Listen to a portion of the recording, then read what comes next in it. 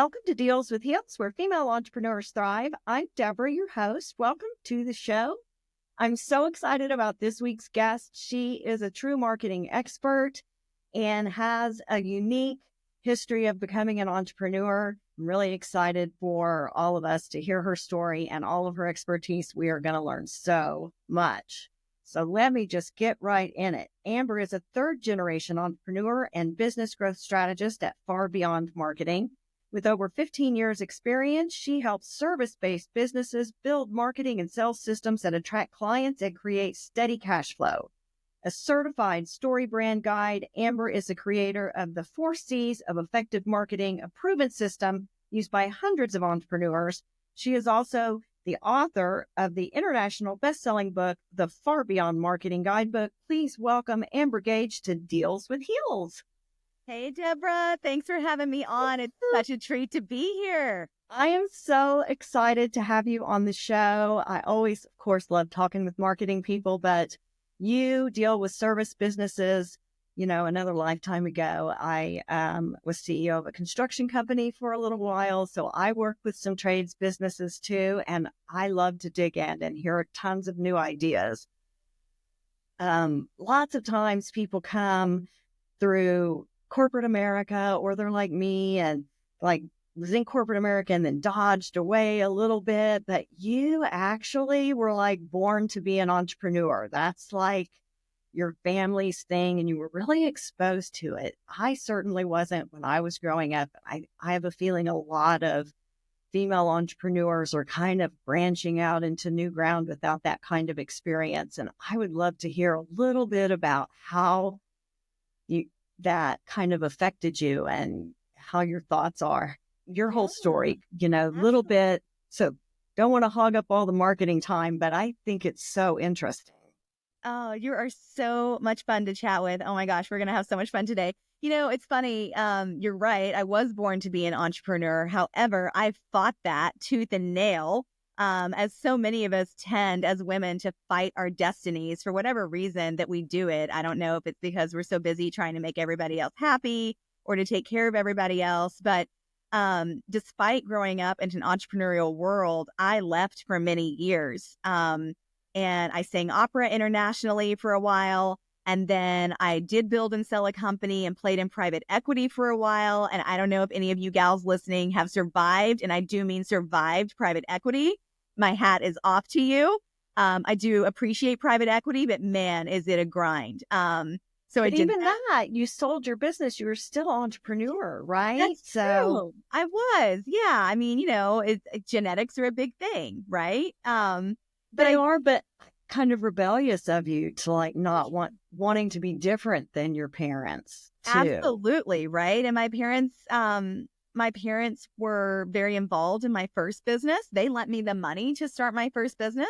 And so it was really fulfilling to write them a $500,000 check and pay them back when I sold my company. In many ways, I felt like I bought my freedom from the family businesses when I did that. And then coming full circle to the other side and then refounding my LLC and growing it to almost $1 million in revenue in 2.5 years. I feel like the entrepreneurial journey is so wonderful, Debra, because it gives you the opportunity to make different iterations of yourself. You're a different kind of business owner in one phase to the next phase, and you grow and you learn and you strive. And in what better way can you do that as a woman than to have control of your future and your company? It's just such a gift. It is. And I think a lot of times we end up there as women because we don't fit the box, right? I am smart and good at what I do. I'm great at some of the things that I do, but I was not good at corporate America, not good at politics. I'm really a nerd. If I didn't have a desire to look cute, I would have unmatching wrinkle clothes and a pocket protector. I'm so nerdy. And because of that, oftentimes I can be direct. Mm-hmm. And I'm a Scorpio. I can be intense. And sometimes I think that's why I like you. I think it's so long. I mean, I'm a Libra, but I mean, I totally vibe with you. I agree. It's just so, I did not do well in that kind of structured environment where people are being manipulative, and I struggled in that. And because directness, although people appreciate it from you, it's people just get their feelings hurt too easily, I think, is a part of it. And I was young when I was in corporate America. Wasn't all seasoned and through as much as I have been now, but well, that makes sense. And it's fantastic to have parents that support your entrepreneurial journey, even though I'm sure there were significant expectations that were a part of it, because that's what we do as parents, whether we want to or not. We can help ourselves. But my dad had this saying, Debra, he would say, look, if you can work for me, you can work for anyone. It's going to be harder on you than any other man that you will ever work for. And man, he wasn't lying. He was not lying. Well, add that with some, copping a feel and sexual harassment, and then that makes it a little bit more difficult, Dad. But never happens in corporate America for a little red. What are you talking about, Debra? That's not the real world. Right. Heaven forbid. The Me Too movement should have been who else? Hey, I don't know anyone that's immune to getting hit on inappropriately at work. Well, one of the things that I really loved when I was prepping for the show was you've come up with your own strategy when it comes to marketing, the 4 C's of marketing. Tell us about that, how that came to be and how we can incorporate that in our businesses. Yeah, absolutely. So after working with so many construction companies, male-dominated industries, home services, contractors, heat and air, plumbers, electricians, all the tradespeople. Exactly. All the tradespeople. What I figured out, Debra, was that we needed a clear, defined system that helped these business owners and operators feel empowered and feel in control of this mythological idea that is marketing. I think where agencies get it so wrong is they come in and they say, we're going to put you in our marketing program and it's going to be great and it's going to blow up your phone and you're going to have so many sales. And then what happens? They spend 3 to 9 months with these companies and they've got nothing to show for it. And they're pissed off and they're taken for granted. And it's like, what did you do? You just totally ruined the industry reputation, by the way. So thanks for that. So I found myself repeating myself over and over again about the effective process that I had applied in my family businesses successfully, applied in my first agency to grow it successfully, and then was applying it for clients now. And I just thought, I want to create an easy to read, non-textbook guidebook for business owners who don't have time to become marketing gurus, so that they know exactly what the 4 steps are that they need to follow to get real results. So that's the 4 C's. That's the genesis behind it. And it's the process that I put all my clients through today. You want me to tell you what they are? 100%. Let's hear it. Okay. So number 1 C is clear copy. I love Donald Miller. I love StoryBrand. Changed my life when I became one of the 600 StoryBrand coaches globally. What a fantastic program. If any of you are marketers out there looking for it, hit me up. It's the best investment you can make in yourself.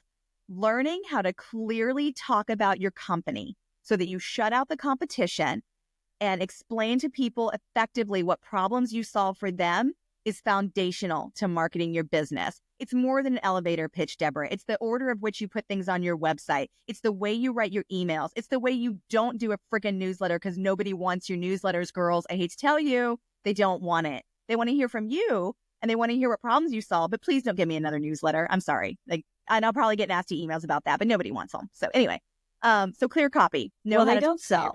I mean, let's face it. And I agree with clear copy. One of the really frustrating things that I talk about, not only on this podcast, but when I'm a guest on a sales and marketing podcast, is about how content creating isn't marketing. It's a part of marketing. It's how we represent our marketing message visually or even through print and writing, but it doesn't have to be that elaborate. It doesn't have to have 55 adjectives. We don't have to truly be talking about the most magnificent thing that has given me tremendous, all the adjectives, all the wordy word, elaborate copy, clear, to the point, a hook. What's your offer? Do you need bait?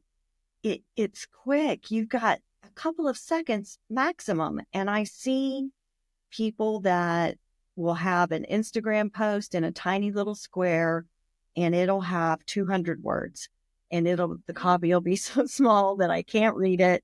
And they have a carousel of multiple things sometimes that are like that. And it's not their fault that they don't understand how clear copy can make such a big difference. It does. People get to the point, quick, clear, to the point. Yeah. What is it? It's for me, it's frustrating, and I can't read it. I know.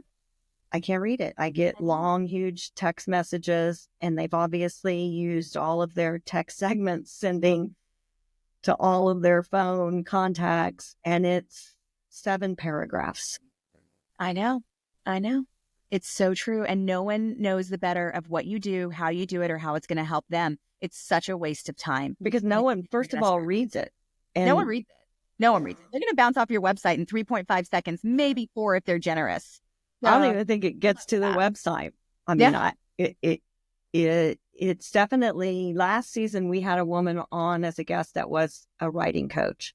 She really didn't focus specifically on marketing copy. She did marketing copy, but like if you were writing a novel, like a real like writing coach or trainer. And I was like, boy, that's really needed.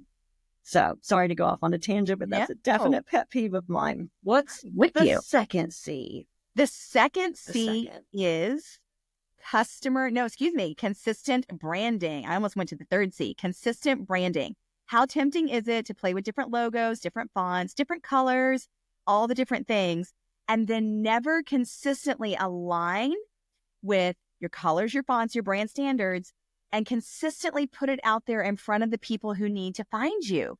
Consistently putting it out there everywhere. Frequency over reach, right?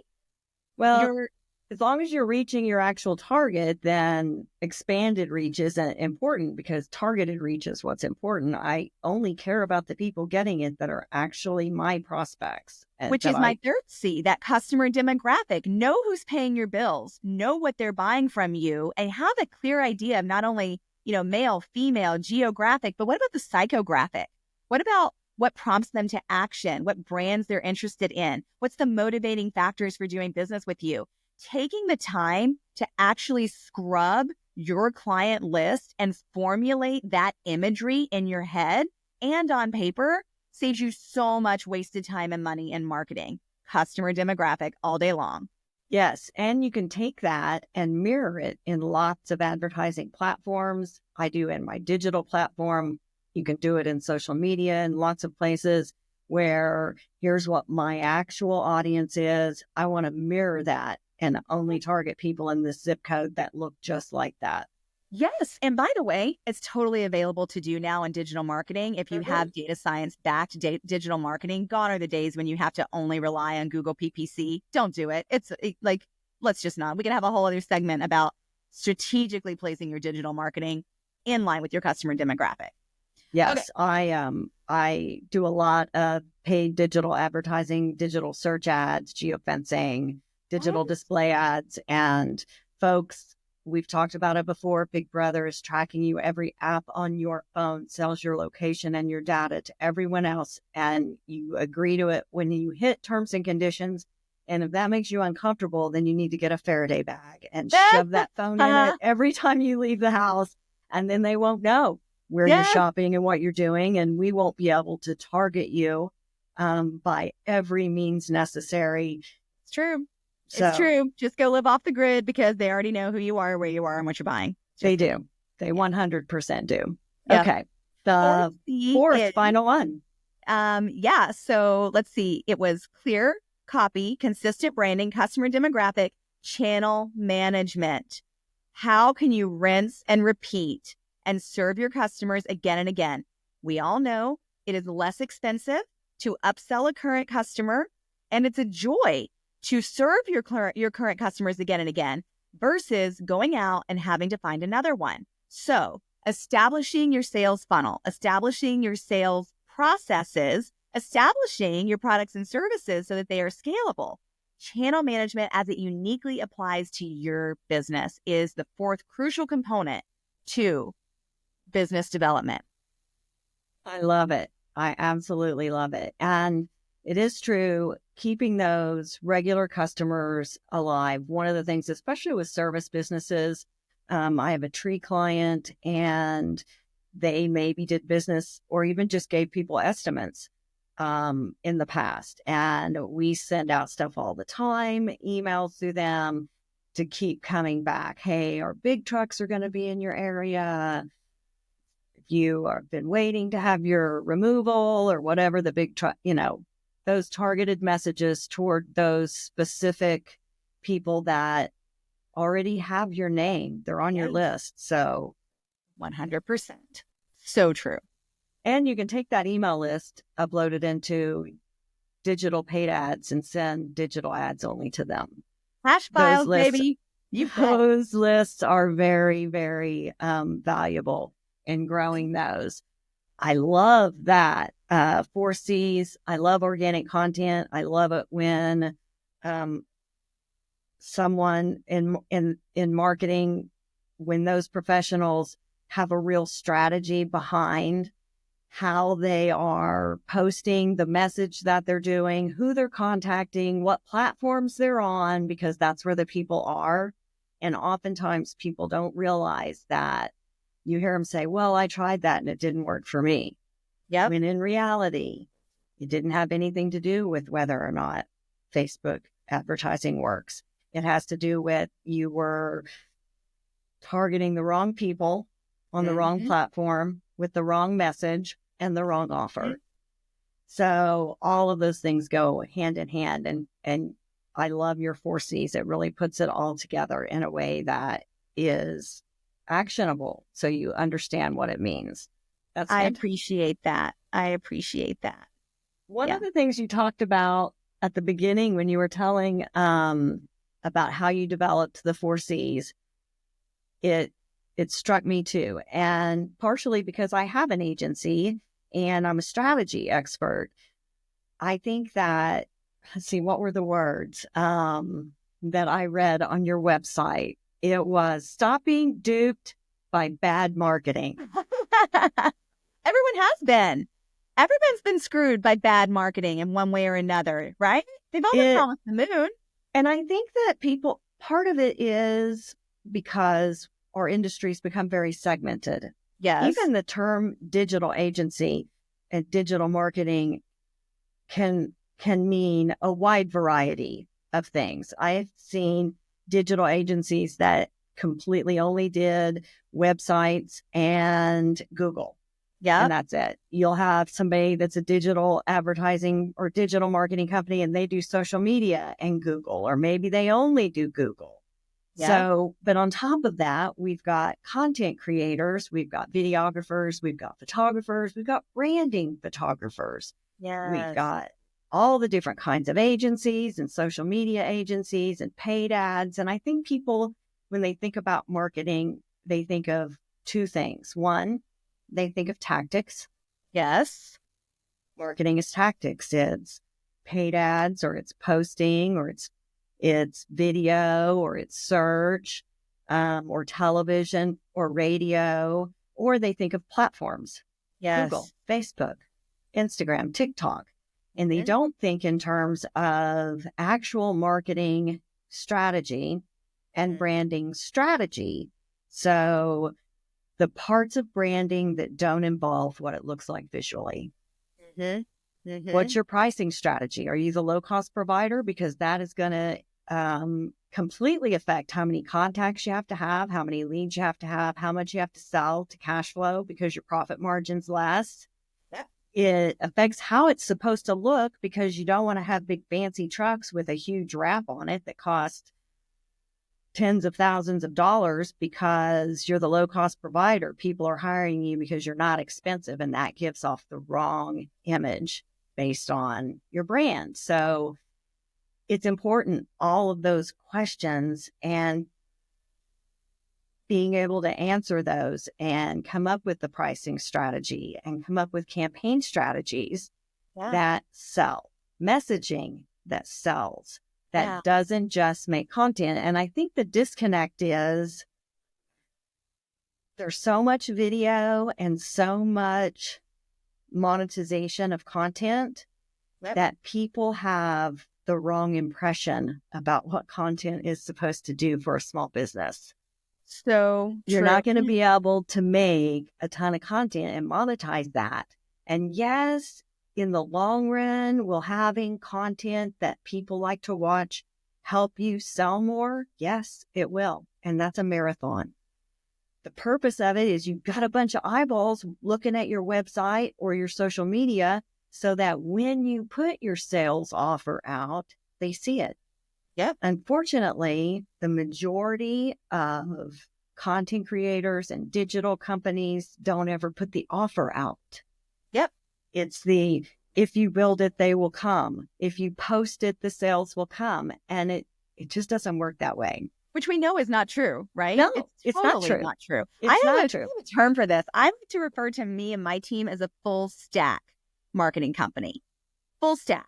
Which means we're going to help you with the pricing. We're going to help you with the copy. We're going to help you with the tactics, but we're going to go into it with a holistic, strategic perspective, like what you described, Debra, because why would you entrust? I mean, why just look at it as a tactic? You know, a tactician is a tactician, and that's fine. But when you're actually trying to grow your business by the numbers and systematically, you need a partner who is also a strategist, who at least has a fundamental understanding of business operations to go, okay, but this isn't deep enough. Like, I get that you want to be on social media and that's great, but why? Like, you actually need a fully engaged strategist to sit with you and help you look at the big picture. You do. And there's so much. In fact, I saw it was on LinkedIn, and it was a pretty big marketing newsletter kind of page that has the new thing every day. And it's had this list of, the headline was, branding is the why and marketing is the how. And I've never heard a marketing statement less true in my entire life than that. I fundamentally disagree with that. Right. That's not marketing. That, you know what that is? That's written by a branding photographer. Yeah. That's written by someone selling a service. Selling branding. Yeah. So when I first started in marketing, of course, everything was much less complicated, right? In the 90s, we didn't have video flying at us at a million miles a minute. There was one screen in the room, and when there was a commercial on, you went to the bathroom or the kitchen.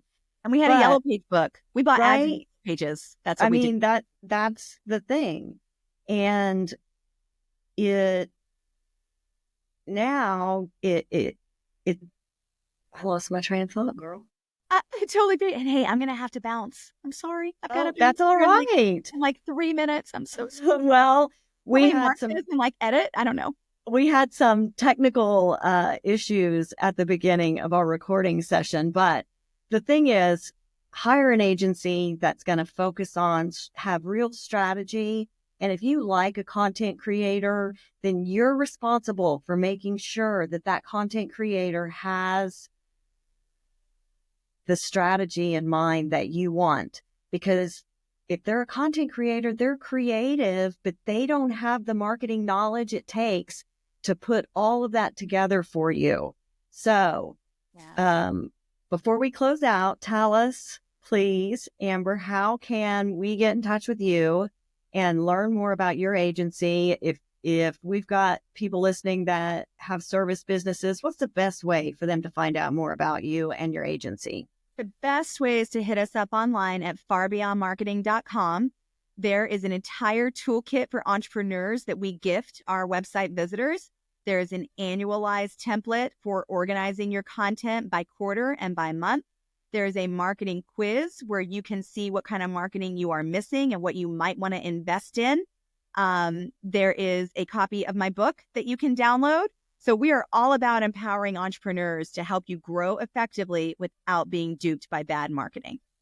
Fantastic. We will link to her website and all of her stuff in our show notes. And of course, as always, you can find links to my websites in the show notes and link to my free ebook, 5 Steps to Having a Successful Mindset, which of course, mindset is everything, especially in marketing and life.